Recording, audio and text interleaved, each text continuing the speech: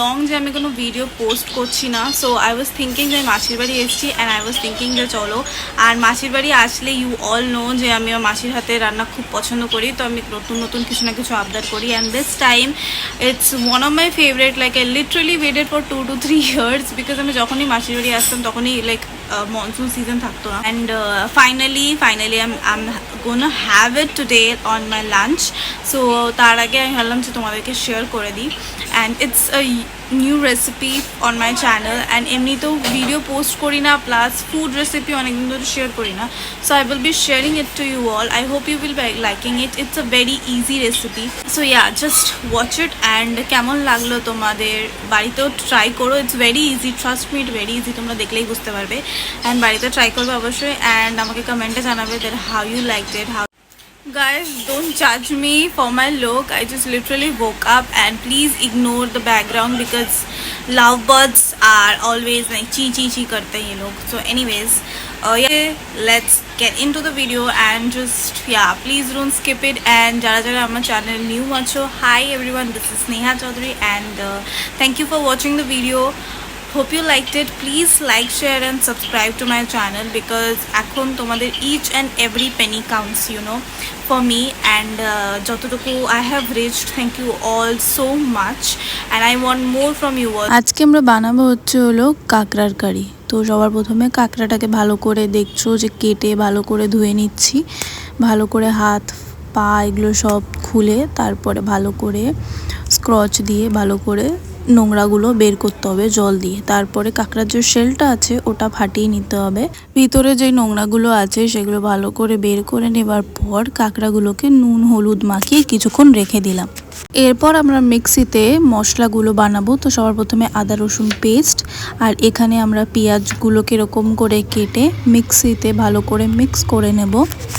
পেঁয়াজ কুচি করে তারপরে একটা কড়াইয়ে গরম তেল বসিয়ে আলুগুলো ভেজে নেব। আর আলুগুলোর পিস কিন্তু এরকম বড় বড়ই রাখতে হবে।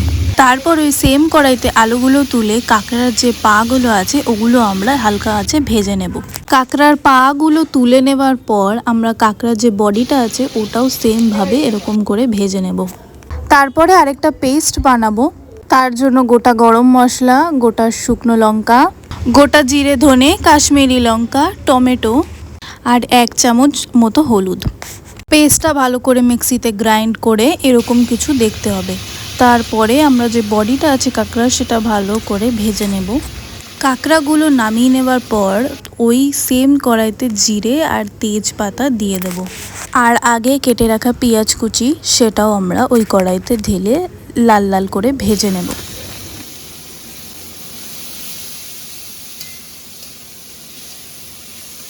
পেঁয়াজটা লাল লাল করে ভাজার পর আমরা কড়াইতে দুটো পেস্ট একে একে দিয়ে দেব। তারপরে ভালো করে রাঁধবো।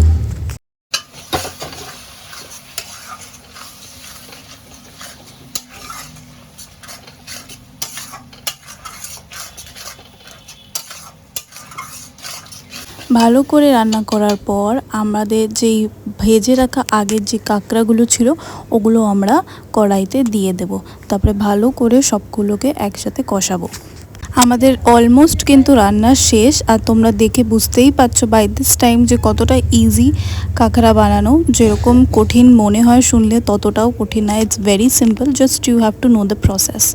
আগে ভেজে রাখা যে আলুগুলো ছিল সেগুলো আমরা কড়াইতে দিয়ে ভালো করে কষাবো। অ্যান্ড আমাদের লাস্ট প্রসেস, এই যে ফুটন্ত গরম জলটা আছে এটা আমরা সবার লাস্টে কড়াইতে দিয়ে ঢাকনি দিয়ে ঢেকে দেবো।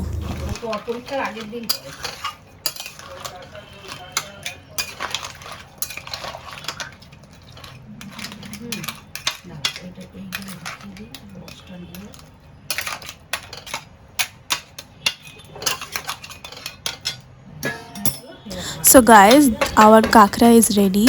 অ্যান্ড আশা করি তোমাদের ভালো লেগেছে রেসিপিটা। তোমরা প্লিজ বাড়িতে ট্রাই করো অ্যান্ড আমাকে জানিও। আমার কিন্তু খেতে খুব ভালো লেগেছে। সো আজকের জন্য এইটুকুনি, দেখা হবে পরের ভিডিওতে। টাটা।